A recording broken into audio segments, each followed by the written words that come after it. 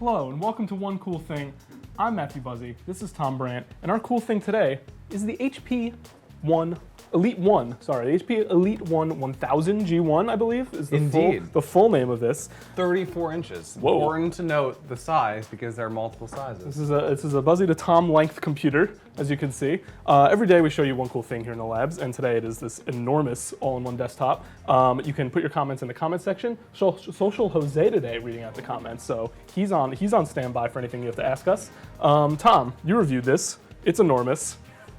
There's a camera. What are we doing? Yeah, so we showed off the camera because that's one of the cool things about this. There are actually two cameras, but really everything about this EliteOne 1000 all-in-one desktop is pretty unique.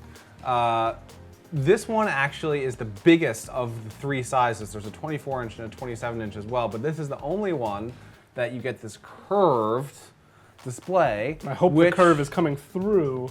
On the camera. Right. Basically, it's slightly curved, so it kind of envelopes you as you're working in it. You can turn your head slightly less to look at the windows in either side. But the thing with the curved display is they were, at least until recently, astronomically expensive. Yeah, I'm afraid to ask how much this one is. You want to guess? Okay. Thousands. So I'll spare you. That's another cool thing about this. $16.99 for the base version of the 34-inch Now you're talking. Now that's probably cheaper than a 34-inch display, just the display. Yeah, and it would have been like a year or two ago. And now you get the display with all this other stuff. A whole computer inside, if you will. Yeah. And we've pulled away the base here. We can rotate and show you in a minute. But yeah, so run down the general specs of this thing. So $16.99 base, but like which one do we have? What's inside? What's going on? Okay, so this is a really cool display, but kind of a mid-level actual computer because what it has is an Intel Core i5 processor.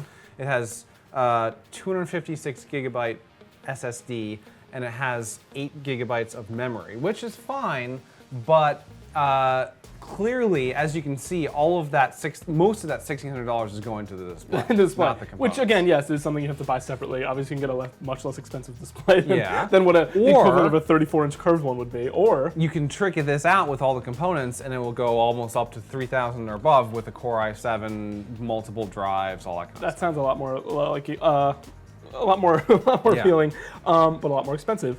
The storage capacity in this one's that's not a lot for like a desktop that you theoretically are going to do everything on. Right. I mean, and so as we can see here, actually, let's just skip ahead to the part where we take off the cover, because that's one of the cool things about the EliteOne is that the cover comes off. It's one of the cool things about our cool thing. And I'm going to actually unplug the power button here. Oh, okay, that worked. And as you can see, I don't know if you can see this here on the right, there is a vacant drive bay. Empty. So you could put a conventional either solid state or spinning hard drive in here in the 2.5-inch drive would fit in here. But really, the point of this is you can put anything you want because it's so accessible. Accessible, configurable. You can before or after. Slotting in a drive to this config would seem like that's a pretty big win. Because the other stuff, the i5, the 8 gigs of RAM are fine. Otherwise, I think the storage is kind of the lightest. Right. Talk to me about the actual display though. The resolution. What's going on?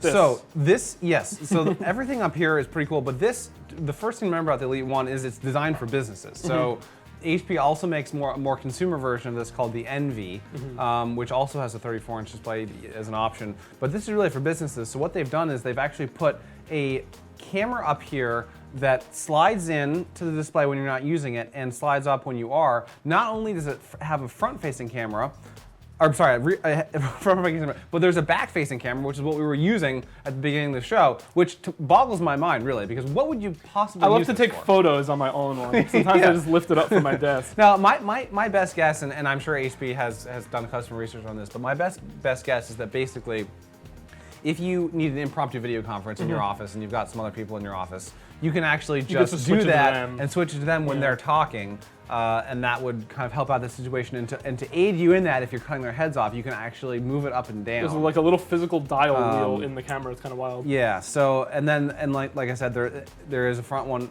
1080p. Both of them are 1080p, which is a great resolution for the webcam. Is there any augmented reality use for this rear-facing camera, maybe? Yeah, so you probably could do that. Again, this is for like corporate use. Yeah, so I'm not sure what there's those nothing out of the applications box. really are. You would need to install software to do that yourself. It does have face recognition, though. There are IR sensors in here, which will recognize your face and let you sign into Windows. It's probably a very high but also odd resolution because of the size of this thing. Indeed. It is a Wqhd. Is, And I challenge you to to know or care what Wqhd what that means. exactly means. But basically, it stands for Wide Quad HD. Right. And it's not 4K. It's not 4K. But it's above HD, Yeah. and the W is wide because this is extra wide. Basically, think of it this way: 4K has X number of pixels, what 34 or something. Something. But now this is slightly less than that on the horizontal axis, but much less on that than on the vertical axis. Yeah. So what you get is you get something that's not quite 4K, but is still very sharp and lets you configure this with actually 3 full-size web browser windows side by side, which is something that I challenge you to do on any other. Even It's a true. really big 27-inch iMac will not display 3 windows. You got your web browser, you got your chat, you got your Excel sheet, and you don't need to minimize ever. Yeah, exactly. Yeah. So a little specific in the use. I don't know if necessarily everyone will get use out of this, but I think anyone who has multi-monitor setups, they can see the appeal of a giant screen, right? And the thing is with this is that really, if you are buying this for your business, you can configure this with. You can buy the computer, but then later swap out the display. So the display even comes off very easily. You just undo the screws. So if someone in your company wants to have 2 monitors instead of this, you can put this plus a display next to it. There's a bunch of different options here that you can do. Is there for configuring? Is there multiple SKUs, or can you kind of mix and match the components? You would not believe how many different. There are something like 30 different processor options for this thing, both 8th generation and 7th generation Intel processors. There are an immense number of components, not all of which if you're just ordering this as a consumer, just ordering one of these for your home, you probably don't have access to all of those.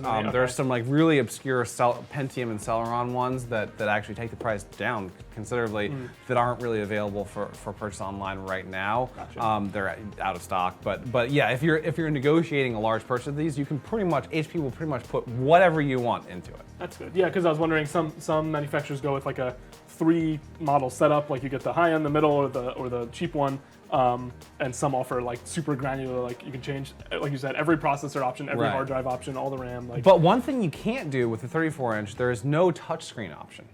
Which to me is a huge downside. I mean, I understand why they didn't. Like, this is a huge display. Putting a touchscreen in it would make it really expensive, and it did.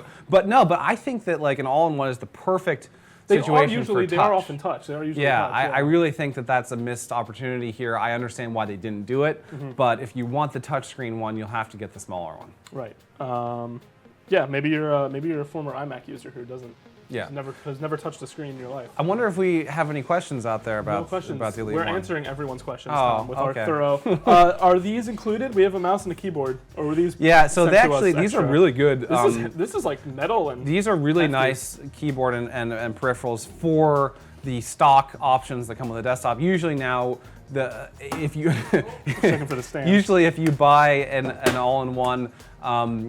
The all-in-one itself is good, but they'll send you really cheap keyboard and mouse. Like $10 plastic mice and keyboard. Yeah, and again, HP does do that with the bare bottom ones. They'll send you. I actually experienced this a couple times. They'll send you really crappy keyboards and mice, which you should not use. You should throw them away immediately. These are actually really nice. You can't type. I mean, it's like a laptop keyboard, so that you're not going to want to type on this all day long. Yeah, it's very sturdy. The mouse feels excellent. That looks like a beefy. Yeah, it's mouse is a little small, but it feels excellent, and it connects via this 2.4 gigahertz dongle here. Gotcha. I was going to comment how it's impressive they fit all this stuff in the base, which led me to remember that they didn't fit everything. I don't know if you could sit. Here we go. There is in fact a power brick. It's not really a big deal because it goes, I don't know, it goes behind your desk. Like, or under your desk. But I feel like it's not ideal. You can't fit everything in the base, but they fit everything except for this. This other thing is weird about this is that this system doesn't require a ton of power. There's no discrete graphics chip. What's its battery life like? Yeah, can we test that out?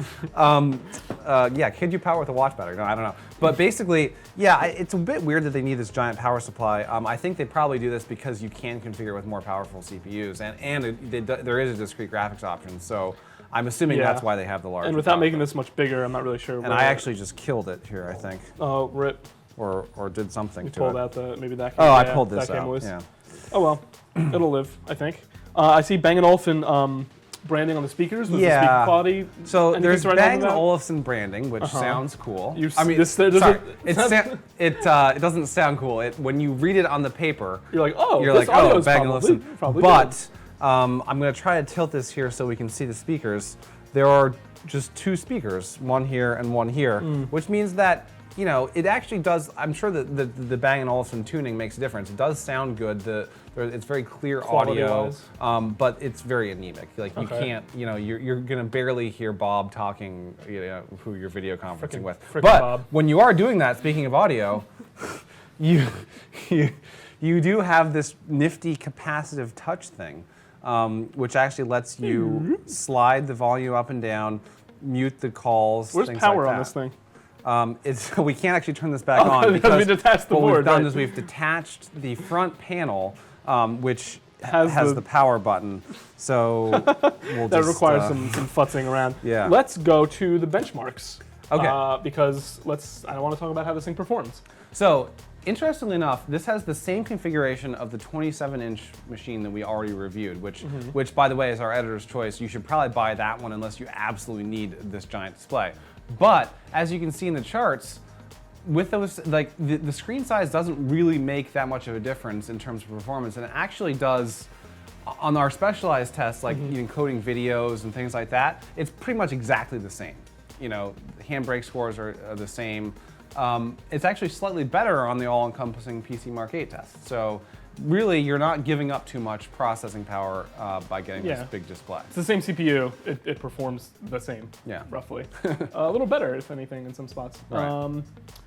I don't see the battery life, though. Very disappointing. It's not. It is integrated graphics, so the 3D tests, it's it is what it is. Whoa, what happened? Yeah, you can configure this with a Radeon Pro. You can configure it with a Radeon graphics card, not the Vega one, but the lower down one, and it will provide for a look at how that would. You can look at the iMac. That basically tells you what the graphics performance might be with a Radeon. With putting the Radeon card in, which is competent but not amazing graphic capability.